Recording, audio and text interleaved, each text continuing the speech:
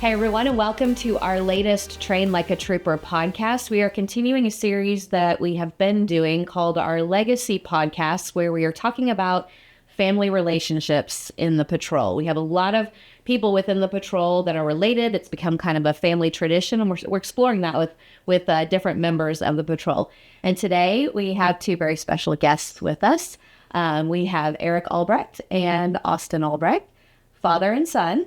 And I guess, Eric, we'll call you guys by your first names because you're both Trooper Albrecht. And Eric, let's start with you and kind of talk about, your decision to join the patrol, how long you've been on the patrol, how you feel like that affected your son. Okay, I joined the Capitol Patrol in 1991. David Walters decided not to have any more state hires, so I went from the Capitol Patrol from 91 to 95. 1995, Frank Keating became governor. Well, I was in governor security. I'll back that up. Frank Keating became governor. He decided to have an academy right away. I applied for the 48th Academy and got in the 48th Academy. So in 1995, I joined the Highway Patrol. Very cool. Now, was Austin in the picture yet? Yes, Austin was 3 years old when I went to the academy. Very cool. You remember it?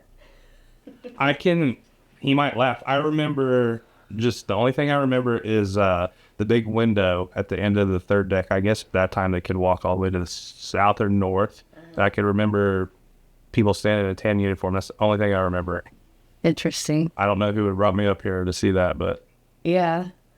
Was that a tough thing to do, having a toddler? Oh yeah, and I get the same. Yeah. I'm sure it's tough for everybody. And then you have a very limited time on the weekend, so you make the best of it, and your friends want to see you, your parents want to talk to you, and you just want some downtime. And so, yeah, it's a long 16 weeks. Why did you decide to become a trooper? Well, when I was younger, my dad ran 6 grocery stores. He made me start working at them at a very, very early age. So he kind of said, I'm going to get you set up to where you can do this if you want to. So all growing up through high school, I thought, well, I'm going to be in the grocery business. And Walmart came along, and I could see the writing on the wall that Walmart is going to destroy small town America. I'm from Yukon. It was pretty small then. But the grocery store in Yukon, where my dad mostly worked, there are a lot of high school kids that worked there. A bunch of them became Oklahoma City officers. Some of them went federal. Several became highway patrolmen. And as I'm working, I would see them come in later as troopers, and I would say, that looks pretty cool. And I'll say my biggest influence was Mark Walters, because he worked for my dad in high school, and then he left to the military. Then he came back, and I saw him as a highway patrolman. And I would sit there and watch him. I'd watch him and his wife, his kids, and thinking, that seems like a pretty neat job to have. And as time went on, I finally told my dad, I said, I don't want to do this. Well, I said, I think I want to go be a state trooper. And he goes, I think you're probably on the right track. He goes, because you're never going to achieve what I have in this. He goes, and he agreed that the grocery business is not what it used to be. Went ride with Mark and other troopers a few times, and that kind of sealed the deal. That's what made me decide to do that. Very awesome. And you take us through kind of all of the troops you've served in and what all you've done throughout your career. Applied for the Capitol Patrol, got in governor security, did that from 91 to 95. I applied for the 47th Academy during that time. That hiring process was already in progress, so David Walters had to allow that to happen. Did not get in there. 48th Academy applications came along. I applied in 95, got into the 48th Academy. Went to Troop G. I was there for 3 years, covered Comanche and Cotton County. Came back, worked up to Oklahoma County for a year, went to Canadian County for 2 years. I was asked if I would be interested in joining the bomb squad. So I said, I don't know. Let me think about it. They said, go on a couple of calls with us. It was Kerry Pettingill that was running the bomb squad at the time. And so I went on a couple of bomb calls. I said, yeah, that seems pretty interesting. I'll try that. I did that for 15 or 16 years. went back to the turnpike after I decided to leave the bomb squad, had to learn to be a trooper all over again. Horrible. Computers, everything. Everything was handwritten when I left. I come back, so I had to learn to be a trooper all over again. Did the turnpike for about 2.5 years, and I went into Troop S, and that's where I'm currently at. It's in Troop S. Very cool. Austin, what kind of influence did your dad have, and did you always know that this is something that you wanted to do, or did you have other plans and then eventually become a trooper? Well, little kid, you get to ride in a black and white car. I mean, that's pretty cool. So, I always thought that was really cool. I always knew that the Highway Patrol Academy was really tough, so I was like, am I going to be able to do that? I always wanted to be a highway patrolman, but it didn't start that way. I ended up starting at the Canadian County Sheriff's Office when I was 21, and I stayed there for almost 13 years. And, they had the Lateral Academy come along, and I was like, you know what? I'm getting a little older, better apply. So I applied for the 73rd Academy, which I guess is the last lateral that we're going to possibly do. So I got into that one, and here I am almost 2 years later. So I've been around, I feel like, the Highway Patrol my whole life, but it's still pretty new to me doing this job. I couldn't think of anything else I'd want to do now. It's great. So from being a deputy to this, it's night and day difference. You get to act like you're an adult, basically. So A lot of freedom. oh yes, Yeah, what is the difference? Like, what makes being a trooper better for you than being it's a just deputy? it's almost tough to explain. I mean, a deputy, you're obviously by yourself a lot, doing police work, highway patrol work, deputy sheriff work, but you're still under under a sheriff, which is elected official, so you're under a lot of public eye of what you do, and if you arrest the wrong person, you can get a complaint, and you got to go answer for that, and go into the highway patrol, you got to do your job, and your supervisor says, do your job, that's all I ask. And it's really weird. You're given a lot of freedom. It's great. Did you have any core memories of your dad as a trooper when you were growing up that stick out? Yeah, I mean, it's just the black and white car, the uniform. I remember I'd always pull on his undershirt, on his sleeves, if it irritate him when I was a little kid. But just wearing that uniform, I don't think it lasted a long time before he got on the bomb squad. But when he got on the bomb squad, obviously I'm pretty young, and I'm like, now this is cool. They had the robot, they had the bomb suit, and you get to see explosives. Like a kid that's kind of mischievous, that is like the coolest thing ever to see.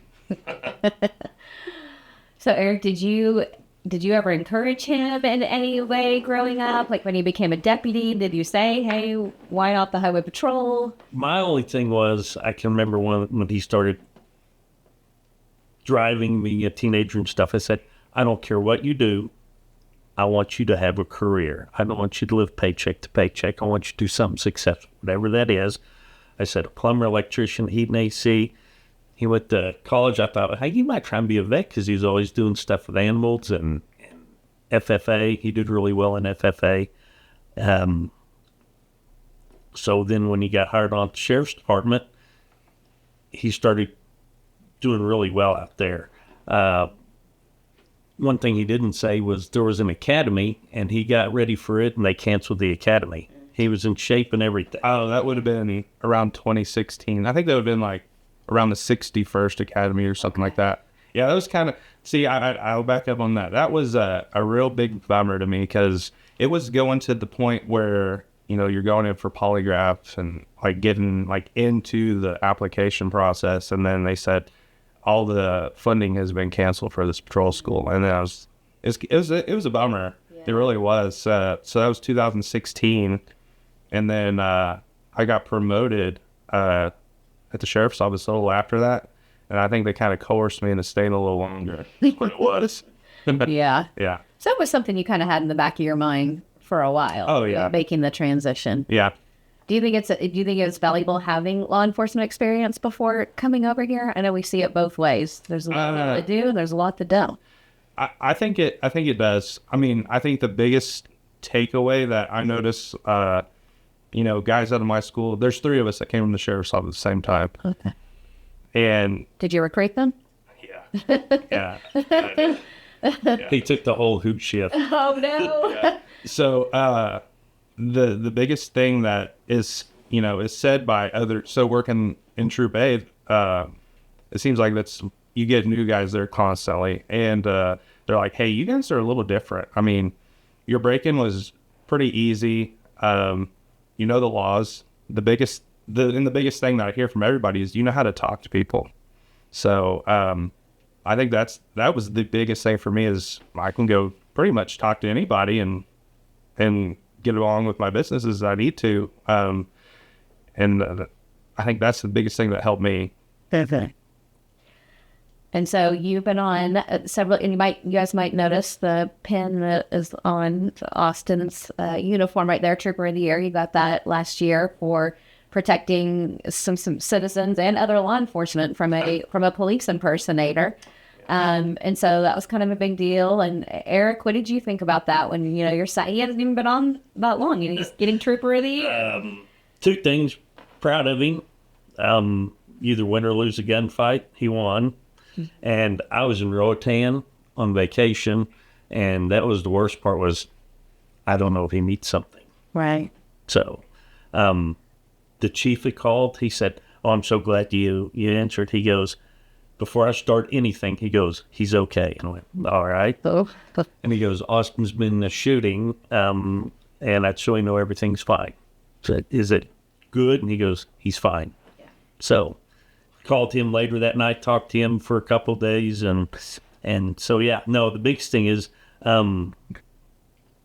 long as we win. I mean, they tell you that through every academy. You do what you do to win, and he won, so that's a big deal. And everything they teach you guys in the academy, they talk about it's to keep you alive. Yes. On the side of the road or wherever you are. That's the main thing. I think the biggest deal was how he ended up there was he was on backgrounds, and the stoplight is not too far from my mom or his grandma's house, and he lives kind of down the street, and he could go left and go a quarter mile and be home, or he could go straight and go a quarter of a mile and see if they needed help. And he knew the Yukon officer that was there, and so he goes, I think I need to go see if he needs anything, because he was able to get on the computer and see what was going on. And I think that shows a lot of work integrity. And they always teach you to do the right thing. I always try to tell him that in life it's easier to do the right thing. And so he was there, and that, I mean, to me, that speaks volumes of just having good work integrity, to go check on your partners. They always tell you that through the academy, too. It might be the reserve deputy in the smallest town in Oklahoma that comes and bails you out of a bad situation sometime. I remember them always saying that in the academy, and they said, always take care of your partners, no matter who it is. And so you always go check on other law enforcement if you're close, make sure they don't need anything. And I was glad that he was able to do that, because it probably would have definitely had a different outcome if he wasn't there. Yes, for sure. And we've talked about that. And you said, and a lot of troopers will say this, if they get an award, or especially Trooper of the Year, I don't necessarily feel like I deserve it. You've said that, but I know it's got to make you feel good. They were recognized, for the work there and for showing up, because you didn't have to. Yeah, it just went on. Yeah, exactly. And that would have been the easy thing to do. Oh, yeah. Yeah. I think just right place, right time kind of deal. Worked out good. Yeah. Eric, you guys had mentioned a little bit about the academy and how tough it is. Did you have any words of advice for him going into the academy, or how did you help prepare him for that? I said, it's the hardest thing you're going to do. They're going to pick on you because of who your dad is. They're going to test you a little bit, because I think some troopers' kids have the thing that, oh, my dad's a trooper, so they're going to be nice to me. Not the case. I said, that's not going to happen. I said, they can't kill you. They can't eat you. It's 16 weeks long. Just grin and bear it. And everybody has to make a sacrifice. A doctor has to go to college for 4 years and do an internship for however long. I said, everybody has to make sacrifice for a career, whatever it may be. And I said, your sacrifice is 20 weeks? It was 16. 16 weeks. I said, your sacrifice is 16 weeks. Grin and bear it, and you'll have a career that can't be taken away from you. Yeah, that's good. Well, he said that they can't kill you and they can't eat you. So my academy started on September 3rd. September 1st, I was in a field dove hunting before the academy with one of his litter mates. And he looks at me and he just starts laughing. I'm like, what's the deal? And he slaps me on the back. He said, well, they're not going to eat you, but they're probably going to kill you. Did he know your dad's expression already, or was it just a coincidence? Oh, yeah. They were like, Dad, were you lying to me? Oh, yeah. You know, I went through Cleat before the Highway Patrol Academy. Cleat is like a daycare compared to that. It's tough. The Highway Patrol Academy is tough. Were there times when you thought about quitting? Like, did you call your dad at all throughout that process going, Dad, I don't know about this? Our first weekend home, I'm like, what did I do? I talked to him like, what did you let me do? This is awful. And, you know, I can remember it was hot one day. One of the guys that came with me from the sheriff's office, we're standing out on the east side of the training center, and we've been out there with our rifles all day, dry firing all day long. It's hot. And it's almost, I looked at him, I'm like, you feel like you're in prison, huh? He goes, yeah. I said, because there's trees over there off that creek. I said, you know, we could just put our rifles down and take off running out of here. And he just started laughing. I'm like, oh, like, I'm serious. Some days it felt like that. And, you know, at nighttime, you know, on the third deck, the windows in the bedrooms are huge, and you could look out to the east side or the west side, and you could see downtown Oklahoma City, and you're like, I could just walk out of here right now and just go home. But, you know, I'd have to walk home to Yukon because nobody's going to come pick me up. Is that what you told him? Actually, his wife told him that. She goes, if you quit, you better not call me because I'm not going to come get you.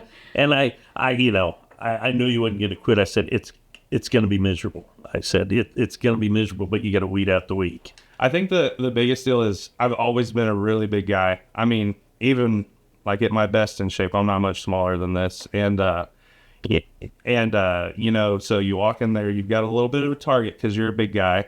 And then he's my dad, and they all know that.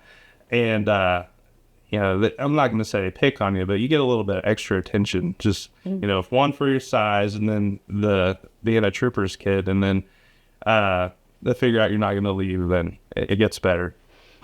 Yeah, he's been bigger than me since he's been 11. We talked about this earlier. I was like, people saying, where'd this kid come from? Yeah, since he's been And so there's part of your family that's... Yeah, well, yeah, I did. You didn't get it. Yeah, but... no, it's, from obvious, it's from the mother's, that side. But, yeah, it's just, that's where the size came from, and it seems like it skipped a generation.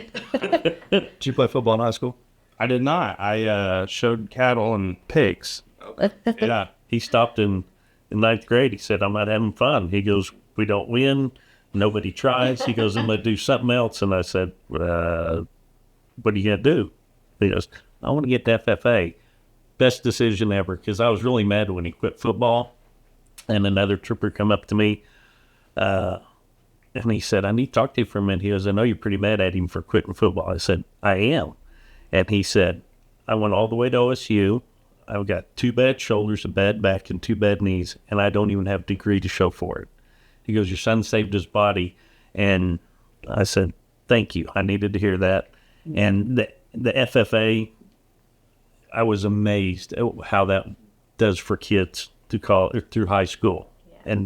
And, best decision he ever made, or at least I think so, as far as going through high school and doing stuff. Yeah, that's cool. And we talked to other like father, son in the highway patrol. And it seems like the dads are usually kind of like I didn't tell him, I really want you to be a trooper. Like they didn't put pressure on them that way, but it's got to make it, I'm sure it's a feeling of pride, you know, when you see him wearing the same uniform as you. I'm sure it does bring you joy. I think there's probably fathers or relatives that have persuaded, people to join the patrol and they really didn't want to, and I think that's probably the ones that end up quitting because they have to get that desire on their own. Yeah, that's true.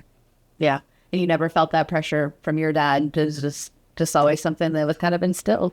Not like that. The only thing is, so at the sheriff's office, there is really no retirement really to speak of. So your years of service and your age have to equal 90. Well, I would, by the time I would have qualified for that, I would still have to work another 20 years because I'd still be too young. So I'd say, several years ago, they passed a law or the bill to allow deputies to be on a 20-year retirement. Well, I'd been on too long. And I couldn't grandfather into that. I couldn't buy in. So that's when I started getting a little pressure. You have to have a retirement. You got to do something different. And then the Lateral Academy came along. I'm like, hey, that's pretty cool. Like, this is going to be a lot easier. I'll get into one of these. I was wrong. I was really wrong. Yeah, because, you know, I don't know why I would have thought a Lateral Academy would be easier, but yeah, I was completely wrong on that. But no, that was a good decision because, you know, I'm a better retirement now. You know, if I just wanted to work 20, I could actually retire if I wanted to, but I'll probably stay longer than that. But that was a big deal, is financially and longevity. You got to get out of the sheriff's office. Half pay. Yeah. Well, and I don't think people understand really. And I think young guys and women coming on, applying for the patrol, when you're at that age, maybe retirement's not factoring into your decision making, or you're not really thinking about that at the time, but the benefits with the state and with the patrol are pretty incredible. Lieutenant Southall would agree, when you first get hired, you could care less about health insurance, you could care less about retirement. That is the furthest thing from your mind. You're enjoying your job and having fun. And then after you get a little time when you're going, oh, wow, that's a really good deal. That's a good perk. Yeah, especially when you talk to friends that are in the civilian world and you hear what they're paying on insurance. And not that insurance is cheap for us, but it's good insurance. It is great. Even though we have to pay some out. So, yeah, I did hound him about that. You got to do something with the retirement. Yeah. Yeah, you've got to do something. Yeah. What would you guys tell people, you know, or young men and women out there who are on the fence, or who are thinking about a career in law enforcement, or maybe a career with the patrol? What would you tell them? I'd probably have a little bit something different to say than maybe him. I'd be like, if you want to join the highway patrol, you better want to do it, because there's a lot of guys using, you know, their time throughout the week to do your background, to go through the process of, are you a good candidate? And then you get in the academy and you quit in the first week. That's a lot of work for somebody. And, you know, there's a lot of money spent to get in the academy, and, you know, time from the state. So it's like, if it's something you want it, but you got to make sure, because I was very fortunate to get in the first time. I know a lot of guys that have applied several times. So, you know, if you're going to get in there and you're going to quit the academy, you know, there's somebody else that really wanted that spot. So, do it for the right reasons, and be really sure you want in, because it's different than going to be a police officer or a deputy somewhere. It's a lot different. If you want a career in law enforcement, though, this is a pretty rewarding place to live. Oh, yes, absolutely. Yeah. What would you tell people? I would say, Austin asked me after he got out, he goes, was your academy harder than mine? I said, just different. They're all hard. That's a little different answer than yeah. all the older guys give us. You know, everybody says the last drill academy. Yeah. Well, truthfully, that statement is the last drill academy. When you think about it, because it in itself is a working, what am I trying to say? That breathing. Yeah, every academy's different. Yeah. They're all hard. I would say he had a very good statement. You better want to do it, because you're filling a spot that somebody else really wanted. You're going to work a lot of nights, weekends, and holidays. Your family better support you. If your family doesn't support you, it probably won't work going through the academy. You've heard them say, my wife wants me to come home, or I miss my kids. It's like, it's just for a little bit. But, yeah, you have to be able to want to do it. And if you don't want to do it, don't waste our time. Yeah. Or yours. How long have you been on now? With Capitol Patrol, I'm in year 35. Okay. What are your plans? I still enjoy going to work. Technology's killing me. I'll say that right up front. Technology's eating my lunch. As long as I enjoy going to work and I feel I can physically take care of myself, I can shoot a gun, very well. To me, that's a big deal. As long as I physically take care of myself, I'm going to keep working. And some I'm going to wake up and I'm going to say, I've had enough. It's time to go. So it's kind of funny that you say technology is eating your lunch because your son's main job on the patrol now. Tell us about your current role. You've been in for what, a month or two now? I was supposed to start April 1st. Okay.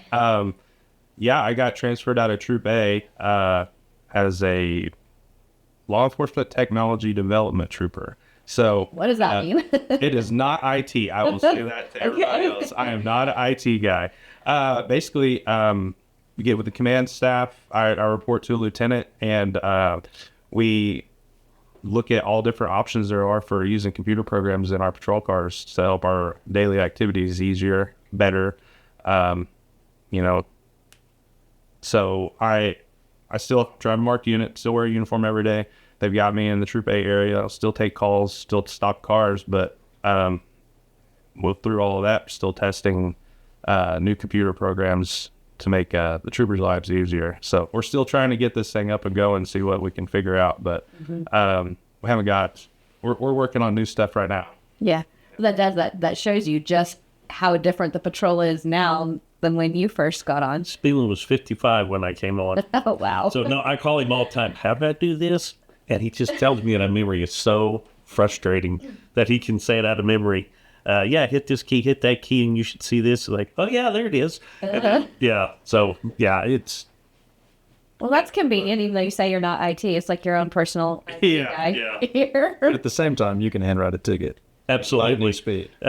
Handwrite a ticket. Put grid coordinates on a ticket. He looks at. He's got my old blue Blitz, and if you get any time on, that's what we used to hand draw the crashes with. And he's going, "How long did it take you?"